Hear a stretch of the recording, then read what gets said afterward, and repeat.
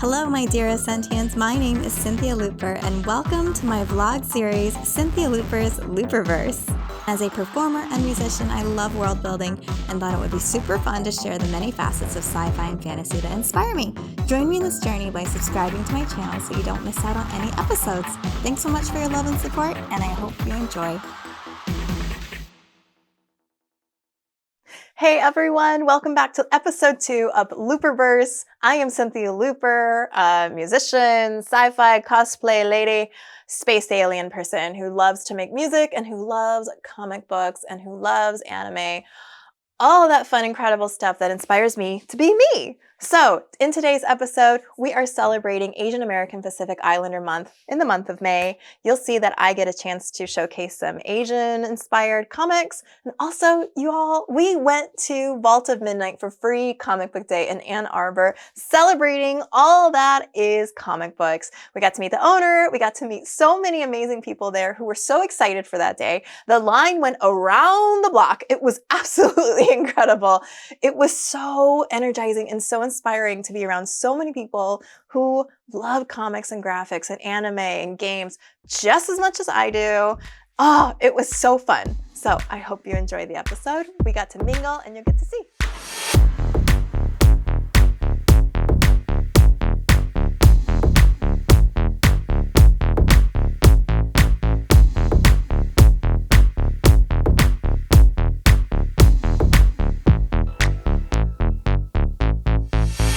I'm here with the owner, Curtis, of Vault of Midnight in Ann Arbor, celebrating free comic book day. Can you tell us a little bit about today? I can, yeah. This is the 29th annual free comic book day. That's awesome. We've done every one. So yeah, all the way since 2001 was the first one. That's amazing. Yeah. So. Now, what makes this so special for you? Well, it's just like everybody's so juiced on comics that I love it. So free comics is cool. Everybody loves that, but just the fandom's out. People are excited. Absolutely. Costumes, you know, energy's good. Yes, so. excellent. Now, do you have some personal favorite games or comics right now? Oh, so many. It's just totally ridiculous. I'm loving DC so hard right now. Excellent. I'm loving all the Ultimate stuff from Marvel. Batman's my favorite. Yes. My number one all-time hero is Conan the Barbarian. Yes. Batman's my dude because he's got gadgets and forts and stuff and a great outfit. Excellent. So, yeah, all right. Huge Spider-Man fan. Yeah, I'm a total baby. I've been reading comics since I was 7. And I still do. I'm 52 years old. Oh, we love it. Read comics every day. Never stop. Well, thank you so much, Curtis. We really appreciate it. Okay, bye. I'm here with Tide, here celebrating Free Comic Book Day. They're in line waiting. Hi, Tide. How are you doing today? I'm doing good. I'm really excited. Excellent. Awesome. Is this your first time here? Yes. Excellent. Is there a free comic that you're particularly interested in? Not really. Any games? I haven't heard about this yet, so Excellent. I'm just going to look around. Excellent. So you're just here celebrating being you, showing the world how authentic and artistic and fun and creative you are? We love it. That's what comic books are all about. Thank you so much, Tide. I hope you have an awesome time. Thank you. Excellent. Thank you so much. I'm here with Sun. And Sun, you are from? FNAF. FNAF. Excellent. Can you tell us a little bit about it? It's like a horror game. Oh, kind nice. of. Like, it's very popular.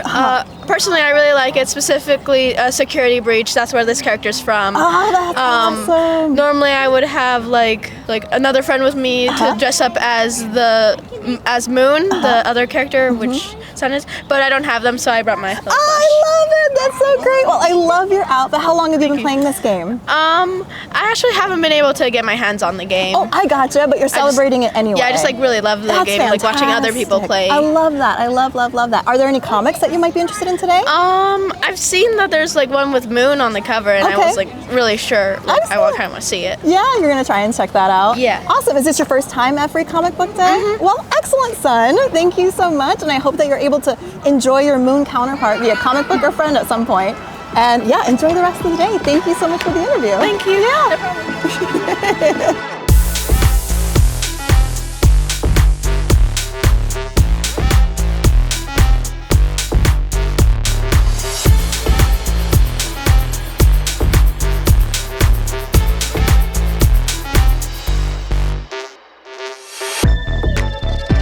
This is Nelson here. Nelson, can you tell me why you're here today?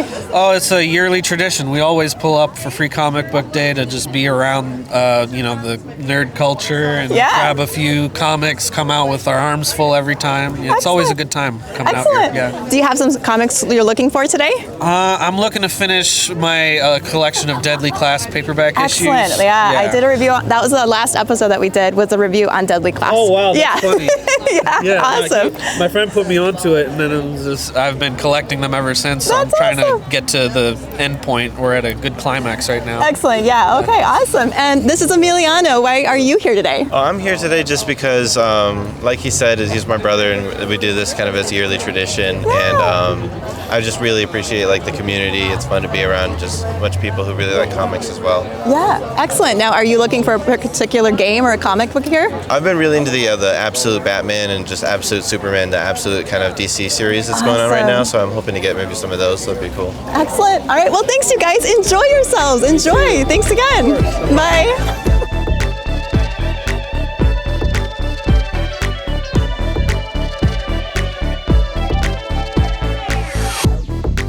This is Nadia. They are here celebrating Free Comic Book Day. Hi, Nadia. Thanks so much for being open to interviewing with me. Now, why are you here today? Free Comic Book Day. Awesome. Is it someplace is this an event you come to pretty often? Yeah. I missed last year, but usually I come yearly. That's awesome. Now, did you come with any specific comic books in mind? Nope. Just came to see what was here. Excellent. Awesome. Well, do you have some current favorites? It's been a while, actually, so I'm looking for something new. Excellent. Well, you mentioned that you like Monstrous, right? Yes, yeah. yes. I have to get back into the series myself, and I plan to do a review of it. Now, what was it about Monstrous that you like so much? Well, initially a friend recommended it to me, and then I was attracted by the art. Yes. And then the story just got me. Excellent. Well, thank you so much, Nadia. We really appreciate your time, and enjoy the rest of Free Comic Book Day. Yeah, you too. Bye. Bye. What comic book are you thinking you're going to get? Pikachu. Yeah? Pokemon. Oh, Kuromi baby. Oh, nice. Any other Sanrio characters that you're looking for? Kuropi. Nice. We'll see if they have comic books with Sanrio characters in them. But yeah, all right. Thanks, kiddo. Bye. We are here in May celebrating Asian American Pacific Islander Month, and that is why I'm showcasing a actually Korean-based true story comic book today. I don't know if you guys know this or not, but I'm half Korean. I know, with the makeup and the contacts and the space alien look, can't see it so much, but I guess I am half Korean, so I am here to represent today. My pick for the review this time around, absolutely big story, big in the feels, absolutely incredible. It's called Madame Choi and the Monsters. It's based on a true story of the actress who was huge in the 60s, 70s in South Korea, Choi Eun-hee, and her husband / director, Shin Sang-ok. Those two were this power couple, making tons and tons of movies together, huge in Korea, huge worldwide. And then at some point, you'll see what happens, but they split up. Choi gets lured to what's supposed to be this major movie lifetime opportunity to go to Hong Kong and shoot a new movie. And she is kidnapped. She's kidnapped by North Koreans, spies and kidnapper. Kim Jong-il at the time, he was not the dictator quite yet, but he was on his way there. But he was a huge movie guy. I had no idea. I've learned so much about history and so much about South Korea and North Korea's political climate during this time. It really did an amazing job of going into that. But yeah, you see what happens with Choi, and then gradually, at some point, her director, now ex-husband, is also kidnapped, and they are forced to work together. This is a true story. They're forced to work together to make movies for North Korea to help Kim Jong-il feel like he's the ultimate movie guy in the entire world. And so they gave him huge budgets to make stuff. They were traveling around the world. Choi and Shin had to basically tell the world that they were voluntarily making movies for North Korea. And also at the same time, I find out too, Kim Jong-il is a mega artist. I had no clue. He is this devious mastermind in real life. Was. He had 15,000 films from all around the world. I mean, he was he was, I think, very likely, because he was in charge of like propaganda and stuff, I think he played a huge role in convincing, you know, people in North Korea that like he is the end all be all. His father at the time is basically God to these people. So it was just wild, a crazy wild love story too. Also, they had kids that they had to leave behind. I mean, this as a mother too, that like really got me in my feels.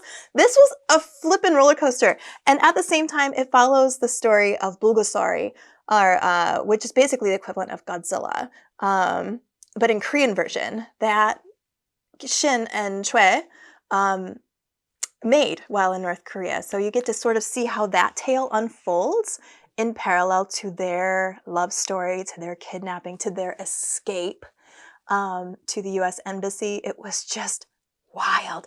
And then, this is a little fun fact. Once they eventually, after 8 years, made their way back to the US, they were kind of hopping around between Virginia and then they went to Beverly Hills, where Shin directed, I believe, Three Ninjas, Part 3, if I'm not mistaken. But I just remember being a kid when that came out, and I love Three Ninjas. Anyway, I love that fun fact. And, you know, I believe Shin Sung-ok passed away, I think, in like '06. And then I believe Choi Oni passed away in 2018, so not very long ago. And so this is my way of not only honoring her memory, but also celebrating, obviously, comic book culture, Korean culture, amazing stories that come from Korea. There's so many, obviously, incredible stories from Korean culture, but I loved that this true story was made into comic book form, celebrating illustration. Of course, let's not forget Sherry Domingo and Patrick Spott for working together on making this incredible story a reality. Now, there's lots of stories out there on Choi Uni and Shin Sang-ok, you know, really focusing on either or both. So I highly recommend checking out more of them. But firstly, I recommend, if you're interested, checking out this book. This comic, excuse me, it just really, like I said, just blew me away, giving insight into the actor and the director, their extraordinary story, and then also just, you know, the political climate at the time. It was like, I'm not clueless to all of that, but it was really, really cool to learn more about it through graphic novel. So absolutely cannot recommend this enough. All right, and here's my second pick, Comics Art in Korea by John A. Lent. This I have not had a chance to read entirely through, but it does an incredible job of deep diving into Korean history. All the sort of dynasties that it started off with, into the various like government and types of government it goes into, and all of the incredible historic comics that were done during that entire timeline. Like, again, from the dynasty era all the way up to modern society, modern government over there. So it just really showcases, like, it deep dives into the history of all of it, and then just talks about like the style of artwork that happened and like how in Korea, like, I think it was the manga, I'm not entirely sure, but like webtoons and everything. I have to still do a lot more reading on it. But basically when digital art came out, or my understanding is that like webtoon, like Korean webtoons came out, which is just digital comics that came out, things exploded even more so for Korean pop culture and Korean comics. And so this really does a great job of showcasing that. But it, to me, I don't know, I think it's just personally like really beautiful that someone went through so much time over, like, I think well over a decade of collecting all of this information and going into all of the artists from these several decades, and their role in society when it came to, you know, influences. We all know what propaganda does. We all understand how much illustration or how much art can have an impact on the feels, right? On convincing us, you know, in political sway and just general emotional sway. And so to do that specifically and like deep dive specifically into both South Korean culture and North Korean culture and governments and politics, I thought it was spectacular. So I've only just started this. It's in the dynasty areas when it starts. And so that's already fascinating because you just see this like really, really old folk style artwork, and how they're trying their best to like capture the culture and the political climate at the time. And like I said, it just sort of progresses over the eras. And you even can notice how that artwork influences the decades over the time as well. And even like how women artists were making a huge influence in Korean culture. So that was really, really cool too. But again, I still need to do a lot of deep diving into this, but really, really recommend checking it out. Right here. Really, really recommend checking it out. It's really fascinating for anyone who's into not only comic books, but also history as well. Just like the Madame Chue and the monster, it also coincides or is like parallel with Korean government. This really captures, again, the sort of like history of Korean culture and Korea in general. So really fascinating read, really a wonderful way of celebrating Korean culture. Check it out. All right, this is my third and final pick for this episode. It's called The Bees, The Women Who Rocked Lithuania. Now, although it is not an Asian-inspired comic book, this is definitely the feminist rock star in me inspired. This is really incredible. This is another true story.